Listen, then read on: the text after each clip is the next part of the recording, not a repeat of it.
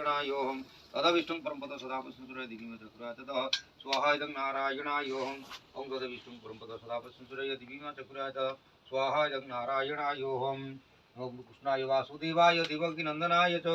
नन्दगोपकुमाराय गोविन्दाय नमो नमो स्वाहा इदं नारायणाय ये स्मृतिः अक्षतं अर्थमस्तु सत्यमस्तु सत्यमस्तु अस्माकं विद्वानाय पुण्यकामार्थी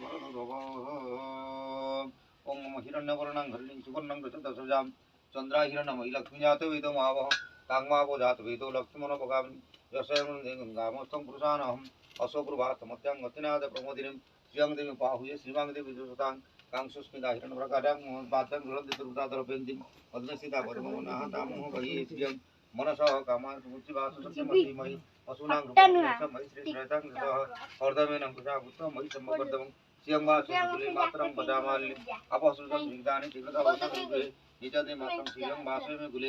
आद्राय कर्णिजस्टिं सुवर्णाः मालिनीं चन्द्राहिरणमयि लक्ष्मीजातो वेदो मावः आद्राय कर्णिजस्टिं सुवर्णाः मालिनीं सूर्याहिरणमयि लक्ष्मीजातो वेदो मावः ताङ्मावो जातो वेदो लक्ष्मणोपगामिनी दस्यान् प्रभुतं गावदास्यन् विद्यं कृशानं यः शुचिव्रतो उत्वादो जाता भवजमभ्यं